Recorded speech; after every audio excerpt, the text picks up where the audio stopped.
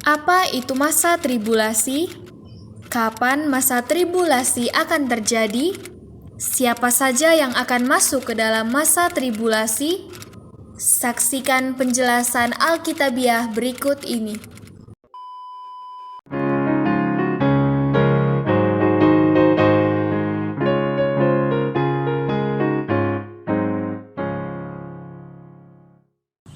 Iya, kembali bersama dengan saya, Gembala Are, dan saat ini saya ingin berbagi kepada Anda atau menjelaskan perihal mengenai masa tribulasi atau masa kesesakan atau masa pencurahan murka Tuhan terhadap dunia, gitu ya.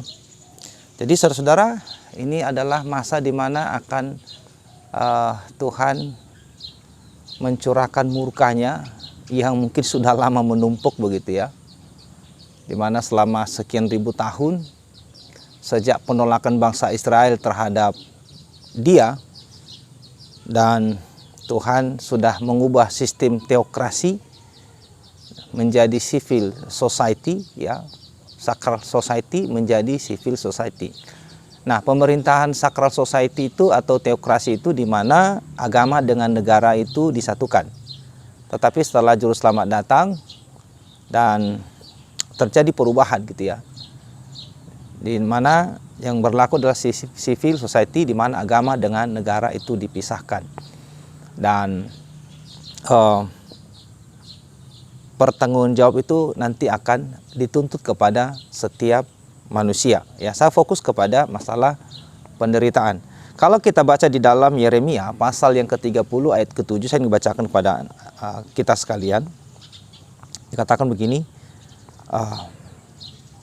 sungguh, ya, mulai ayat 5, 6, dan 7 ya. Sungguh beginilah firman Tuhan, telah kami dengar jerit kegentaran, kedahsyatan yang dan tidak ada damai. Cobalah tanyakan dan selidiki. Adakah laki-laki melahirkan? Mengapa setiap laki-laki kulihat tangannya pada pinggangnya seperti seorang perempuan yang melahirkan? Mengapa setiap muka berubah menjadi pucat? Hai, alangkah hebatnya hari itu. Tidak ada taranya. Itulah waktu kesusahan bagi Yakub, tetapi ia akan diselamatkan daripadanya. Ya, itu kesusahan Yakub, saudara. Nah, kalau kita baca lagi di dalam Matius pasal yang ke-24 ayat yang ke-21, ya, dikatakan begini, sebab pada masa itu akan terjadi siksaan yang dahsyat seperti yang belum pernah terjadi sejak awal dunia sampai sekarang, dan yang tidak akan terjadi lagi. Jadi ini adalah sebuah kesusahan yang amat luar biasa, gitu ya. Sebuah kesusahan yang sangat mengerikan yang akan terjadi. Jadi Tuhan menurunkan hukuman itu atau mencurahkan murkanya ke atas dunia, itu betul-betul sangat mengerikan. Ya, sampai Tuhan sendiri mengatakan bahwa akan terjadi siksaan yang dahsyat seperti yang belum pernah terjadi sejak awal dunia sampai sekarang, dan yang tidak akan terjadi lagi.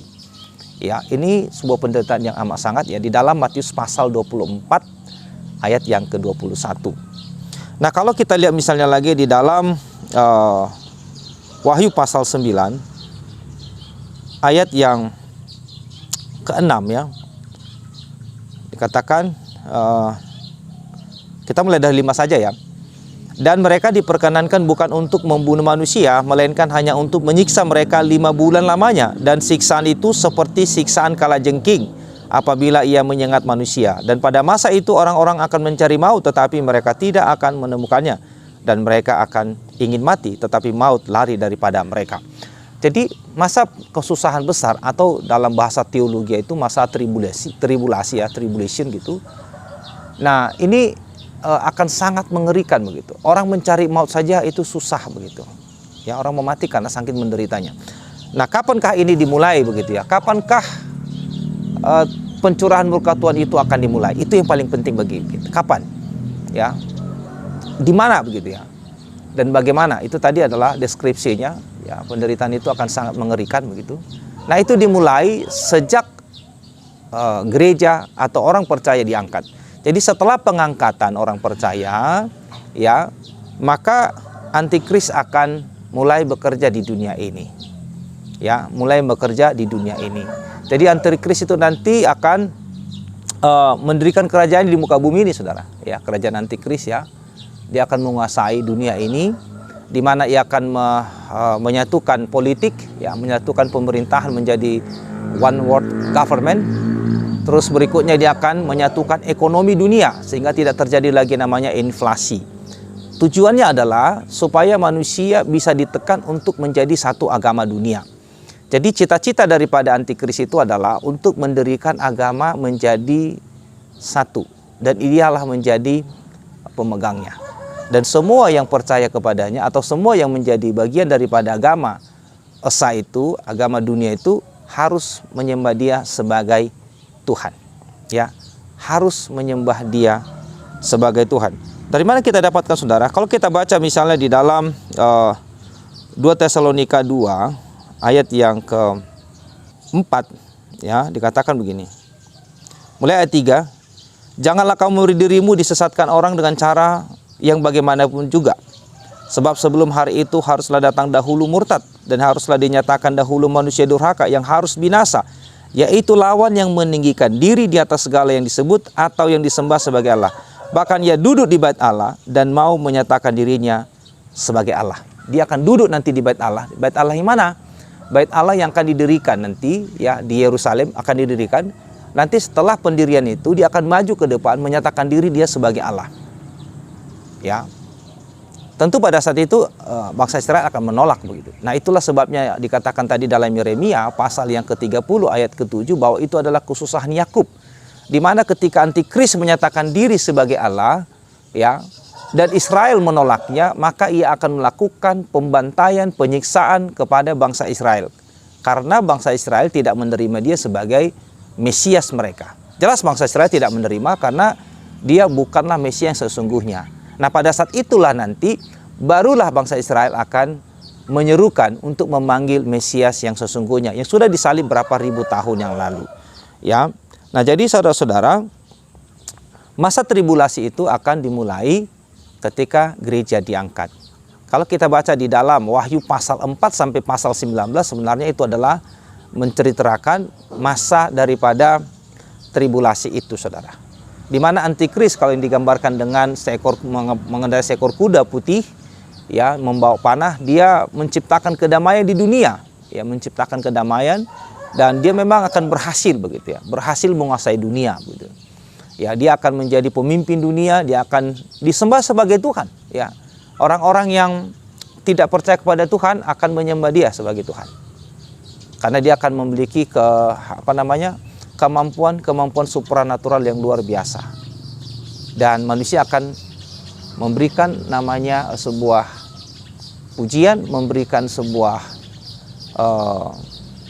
penilaian bahwa ini adalah manusia ilahi. Ya.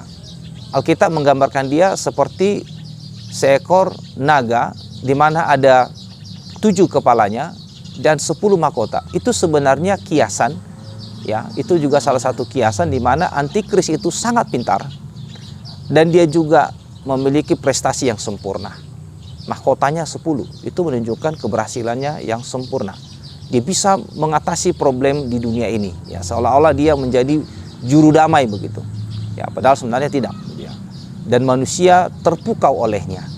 Ya, terpukau olehnya. Jadi saudara-saudara, masa tribulasi itu adalah masa yang akan terjadi, tetapi belum sekarang.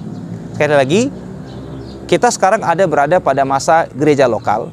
Setelah gereja lokal itu nanti diangkat sesuai dengan 1 Tesalonika 4 ayat yang ke-13 sampai 18, di mana ketika nafiri berbunyi maka orang-orang percaya akan diangkat, maka pada saat itulah antikris akan mulai memerintah di dunia ini. Berapa lama? Ada 7 tahun lamanya. Ya, 7 tahun. Menurut Daniel 1 kali 7 masa gitu ya. Jadi 7 tahun dia akan menguasai. 3,5 tahun pertama itu akan ada damai semu. Tetapi 3,5 tahun terakhir nanti di situ akan terjadi satu namanya penindasan yang luar biasa. Dan saat itulah Tuhan akan mencurahkan murkanya. Ya, Tuhan akan mencurahkan murkanya di mana dia akan menurunkan malapetaka ke dalam dunia. Sehingga ada sepertiga kapal akan hancur, sepertiga penduduk bumi akan mati, sepertiga makhluk hidup di laut akan mati dan diirat seperti itu. Itu adalah sebuah bentuk penghukuman Tuhan terhadap bumi. Jadi saudara-saudara, orang-orang Kristen yang tidak lahir baru, tentu mereka akan nanti masuk ke dalam masa tribulasi itu. ya mereka akan masuk. Tetapi orang yang sudah lahir baru nanti itu akan diangkat. Jadi saudara, masa tribulasi di situ nanti juga akan terjadi pemeteraian terhadap 144.000 orang dari orang-orang Israel. Itu belum terjadi, tapi itu nanti akan terjadi. Ya, semoga penjelasan tentang tribulasi ini bisa untuk Anda, dan habis masa tribulasi itu akan berdiri kerajaan 1000 tahun, ya. Jadi kerajaan 1000 tahun itu berdiri setelah 7 tahun masa kesusahan Yakub. Jadi saudara-saudara, doa dan harapan saya adalah Anda jangan sampai masuk dalam masa tribulasi, sebab di situ akan sangat mengerikan. Dan orang yang mencari mati pun katanya itu akan sangat sulit. Ya, Wahyu pasal 9 ayat 6. Orang mencari maut tidak akan menemukan maut. Maut lari daripada mereka. Jadi bertobatlah dan percayalah kepada Kristus sebagai Tuhan dan Juru Selamat. Maka engkau selamat, engkau akan masuk ke dalam surga. Tuhan Yesus memberkati. Jika saudara-saudara merasa terberkati dengan video ini, silakan like, subscribe, dan share supaya semakin banyak yang mendapat berkat rohani dari video ini. Tuhan memberkati dan Maranatha.